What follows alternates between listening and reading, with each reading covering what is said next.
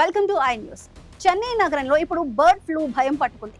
గత కొద్ది రోజులుగా నగర వ్యాప్తంగా వందలాది కాకులు వింతగా ప్రాణాలు కోల్పోతూ ఉండటం తీవ్ర కలకలం రేపుతోంది.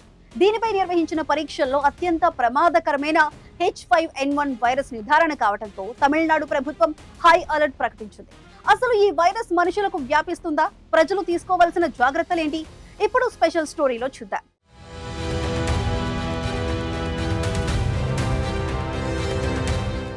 చెన్నై గగనతలంలో ఇప్పుడు మరణ మృదంగం వినిపిస్తోంది. అడియార్, గాంధీనగర్, పల్లికరణై, వేలచ్చేరి వంటి రద్దీ ప్రాంతాల్లో గత కొన్ని రోజులుగా సుమారు 1500 కంటే ఎక్కువ కాకులు అకస్మాత్తుగా ఆకాశం నుండి కుప్పకూలి మరణించాయి.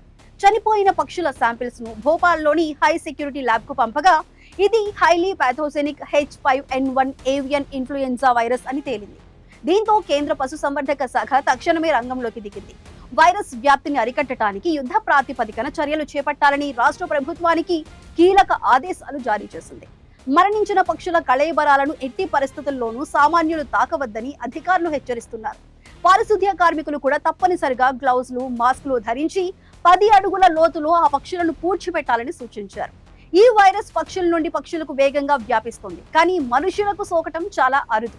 అయినప్పటికీ వైరస్ తన రూపాన్ని మార్చుకునే ప్రమాదం ఉన్నందున ప్రజలు అప్రమత్తంగా ఉండాలని వైద్యులు కోరుతున్నారు.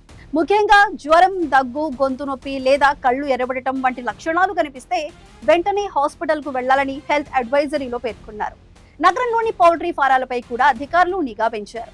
చికెన్ గుడ్లను పూర్తిగా ఉడికించిన తర్వాతే ఆహారంగా తీసుకోవాలని, హాఫ్ బాయిల్డ్ గుడ్లకు దూరంగా ఉండాలని సూచిస్తున్నారు. చెన్నై కార్పొరేషన్ సిబ్బంది పక్షులు చనిపోయిన ప్రాంతాల్లో క్రిమి సంహారక మందులను చల్లుతున్నారు.